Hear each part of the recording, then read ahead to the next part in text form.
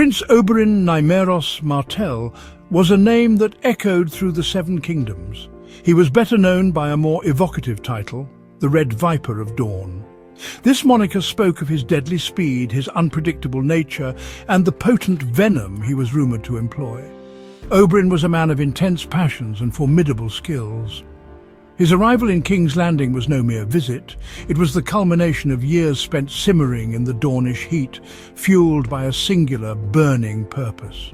Oberyn carried the weight of his family's grief and the honour of his house upon his slender shoulders. His dark eyes, often described as black as a viper's, missed little. They held a dangerous glint, a promise of retribution long delayed, but never forgotten.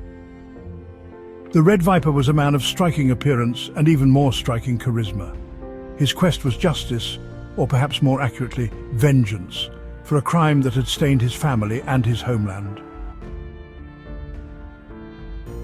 Born in Sunspear, the ancient seat of House Martell, Oberyn's early life was steeped in Dornish culture. He was the younger brother of Oberyn Martell, the cautious and calculating Prince of Dorne. Unlike his sibling, Oberyn was a creature of fire and impulse. His upbringing in the sun-drenched, arid landscapes of Dorne shaped him, instilling in him a fierce independence and a passionate heart. The nickname Red Viper was earned in his youth, a testament to his burgeoning prowess and perhaps his early dalliance with dangerous methods. At 16, Oberyn engaged in a duel with Lord Edgar Ironwood. Oberyn drew first blood. However, Lord Ironwood's wound festered, and days later, he died. Whispers immediately began to circulate that Oberyn's blade had been coated with poison. Though never proven, the rumour stuck, and the moniker of the Red Viper was born from this tragic incident. Oberyn's youth was not confined to Dorne. He travelled extensively throughout the free cities across the narrow sea. Oberyn Martell was a warrior of exceptional caliber. His fighting style was characterized by incredible speed, agility, and a grace that made his deadly movements almost dance-like. He favored the spear, a traditional Dornish weapon, which he wielded with lethal precision. Unlike the heavily armoured knights of Westeros, Oberyn utilized his quickness and reach, darting in and out of an opponent's range. Beyond his martial prowess, Oberyn possessed a keen intellect. He spent time studying at the Citadel in Old Town, forging 6 links of a maester's chain. This period at the Citadel, though incomplete, undoubtedly sharpened his mind and provided him with a breadth of knowledge. His travels in the free cities further expanded his unique skill set. It was whispered that he delved into the study of poisons extensively. This combination of formal education, esoteric knowledge, and practical battlefield experience made Oberyn Martell a multifaceted threat. The central motivation of Oberyn Martell's adult life was his profound love for his elder sister, Elia Martell, and his unquenchable thirst for vengeance. Elia was married to Prince Rhaegar Targaryen, the heir to the Iron Throne. During the sack of King's Landing, Elia Martell and her 2 young children were brutally murdered. The perpetrators were knights sworn to House Lannister, Ser Gregor Clegane and Sir Amory Lorch. For Oberyn, the news of his sister's rape and murder and the slaughter of his niece and nephew was a wound that would never heal. It transformed his grief into a burning, cold rage directed primarily at House Lannister. This quest for vengeance became the defining purpose of Oberyn's existence. Every move he made was calculated to bring him closer to the day he could confront Elia's murderers and make them pay.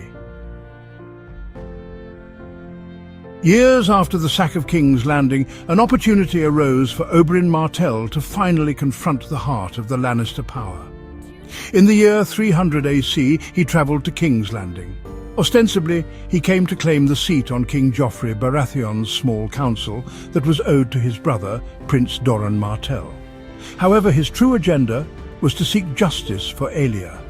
Oberyn's arrival in King's Landing was anything but subtle. He made a grand entrance, accompanied by a retinue of Dornish nobles. He made no secret of his disdain for the Lannisters, particularly Tywin Lannister.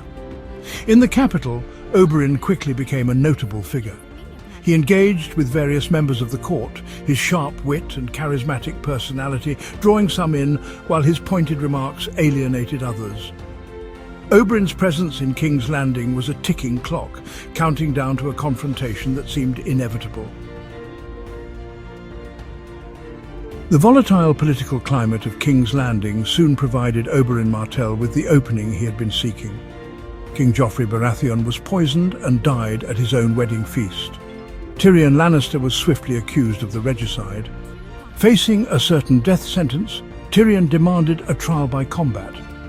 Cersei named Ser Gregor Clegane as the crown's champion. To the astonishment of the court, Prince Oberyn Martell offered to champion the accused dwarf. By becoming Tyrion's champion, Oberyn secured his long-awaited confrontation with Ser Gregor Clegane. The stage was set for a duel that would have far-reaching consequences. On the day of the trial by combat, Oberyn Martell presented a striking figure. He wore light, flexible protection that allowed for maximum agility. His chosen weapon was a long spear, its steel point wickedly sharp and coated with a subtle, deadly poison. In stark contrast stood Ser Gregor Clegane, a behemoth of a man clad in the thickest steel armor.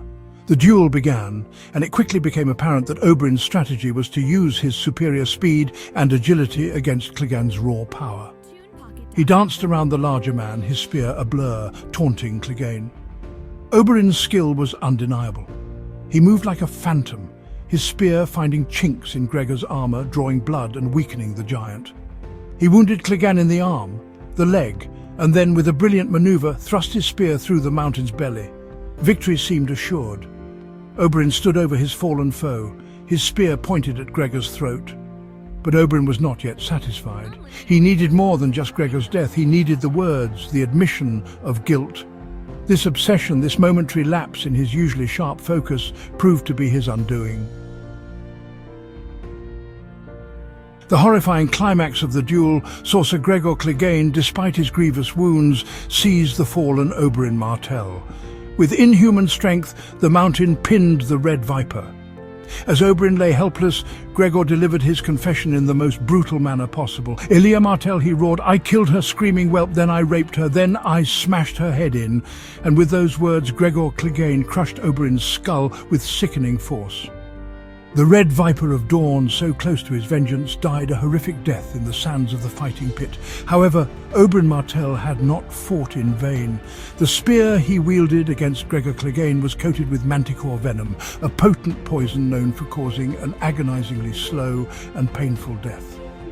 Ultimately, Oberyn succeeded in his primary goal. Ser Gregor Clegane died a terrible death, and he had confessed to the murder of Elia and her son Aegon before a multitude of witnesses. The death of Oberyn Martell sent ripples of fury and grief throughout Dorne. His 8 bastard daughters, known collectively as the Sand Snakes, were particularly incensed. Each one a formidable warrior in her own right, trained and acknowledged by their father, they clamoured for immediate and bloody vengeance against House Lannister and the Iron Throne. Their outrage threatened to plunge Dorne into open war, a path that Prince Oberyn Martell, Oberyn's cautious elder brother, desperately sought to avoid. Oberyn's actions in King's Landing, particularly his fatal duel, had a profound impact. He had forced a public confession from Gregor Clegane, forever linking the Lannisters to the brutal murder of Elia Martell and her children. His bravery and skill in the duel became legendary, a tale told in whispers and songs. Oberyn's character was as complex as it was captivating. The legacy of the Red Viper is one of fiery passion, unwavering loyalty, and a relentless pursuit of justice.